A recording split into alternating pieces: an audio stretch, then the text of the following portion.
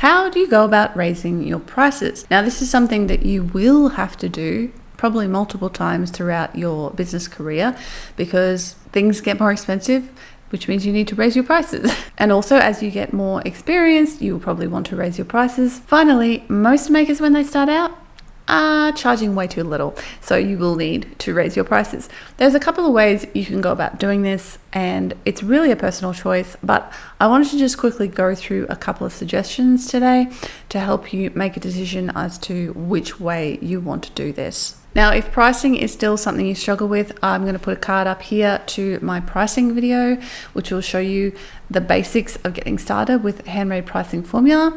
And once you've done that and you're comfortable with that, or you need more help, you might like to check out my workshop, Pricing with the Head and Heart, which I have available inside the Thrivish Circle, my membership community and educational hub for makers that will help you grow your handmade business faster. So I'll put a link to that below so you can check it out. All right, so raising your prices. The first and most obvious one perhaps is the silent rise, which is where you just put them up. You don't need to tell anybody, you don't need to announce it. You simply go in, put all your prices up by however much you need to put them up, and move on. Now, I know a lot of people are nervous about doing this. They feel like they need to announce it in some way. But for some people, this might be the right strategy. Especially if you're just starting out and nobody's really looking, then just put your prices up. There's no need to announce it. If you have just reached a breaking point and you realize your prices are way too low and you just need to put them up, just put them up. This happened to me once. I mean, I've raised my prices many times in many different ways, and I've done all of these strategies. But once I was, it was pre-Christmas. I was sitting at my bench making jewelry, and I just got to this point where I felt really stressed and overworked. I'm like, I'm not getting paid enough to do this.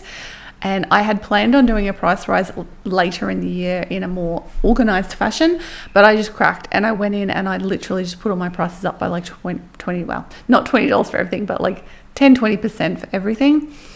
And then I just moved on and I kept making sales. It didn't really have any impact on, it didn't like slow my sales down or anything. I think I had one person in like the next month who came to me and said, oh, I saw this on Pinterest at this price and now it's this price, what's going on? I'm like, I put my prices up. Simple as that. You're not getting it at the old price. Not that I said that, but it was obvious. It was implied that they were not getting it at the old price. So, you know, that is not the strategy I would recommend.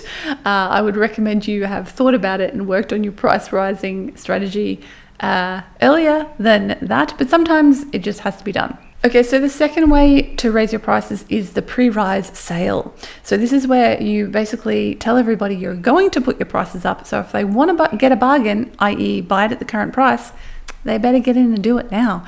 So this is a great way to get a boost of sales. It's kind of a marketing strategy, basically. You know, you're saying, hey guys, I am about to put my prices up by X amount.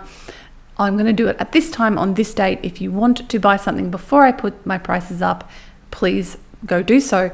And this is great because it makes your loyal customers feel cared for. It makes them feel like you have, you know, they have some insider knowledge. They've gotten a deal. You haven't just silently raised the prices and then they've been thinking about buying something and they come back a week later and go, what am I, this was like $10 cheaper last Wednesday.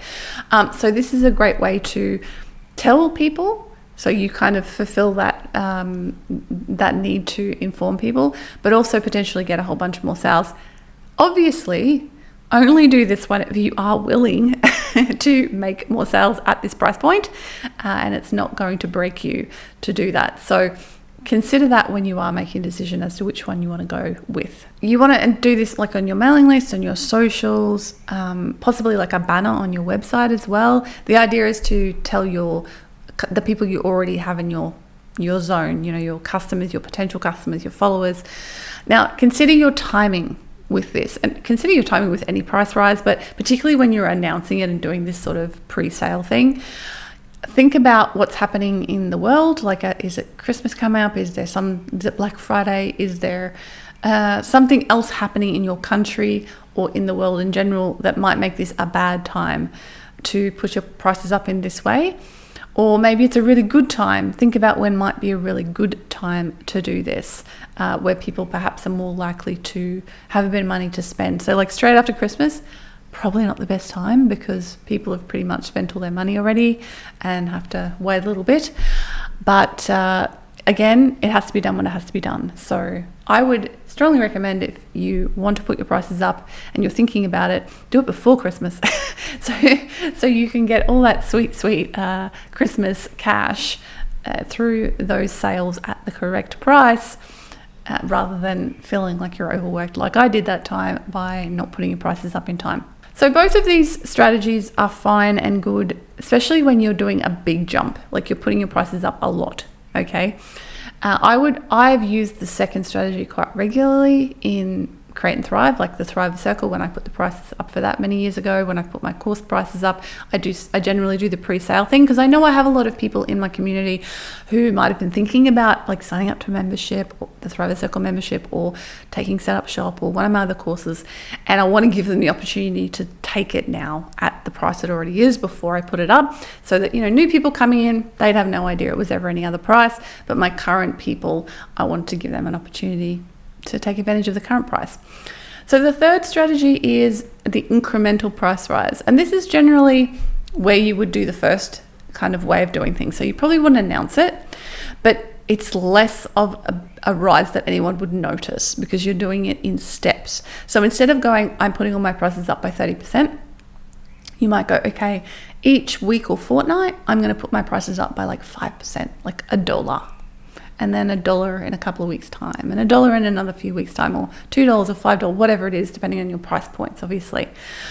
And this is a way to just do it slowly but surely and not make it a big thing. You know, you're just slowly, incrementally putting that price up, and chances are no one's probably going to notice. And if they do, you can just explain or not explain. You don't have to explain yourself. It's a personal choice if you want to explain why you're putting your prices up. And that is the final thing I want to leave you with, is pricing is a personal journey, and you don't owe anyone explanations as to why you've put the prices up. If you feel like you want to share that, if it's part of your branding and part of your brand story to share why you've done it, and you feel like your customers would appreciate that and understand, then go ahead, tell the story, write a blog post, put it on social media, write an email, whatever it might be. But you don't have to. Don't feel like you always have to justify raising your prices to where they need to be. Because chances are you're raising your prices because you were underpricing in the first place, okay?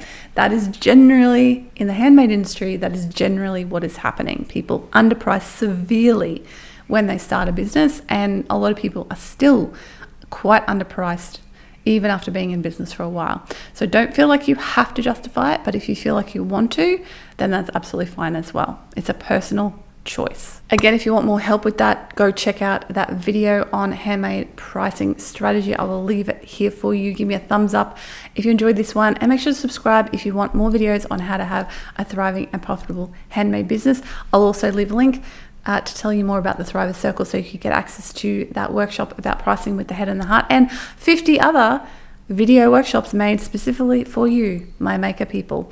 All right, thanks so much for watching. I'll catch you again in the next video. Bye for now.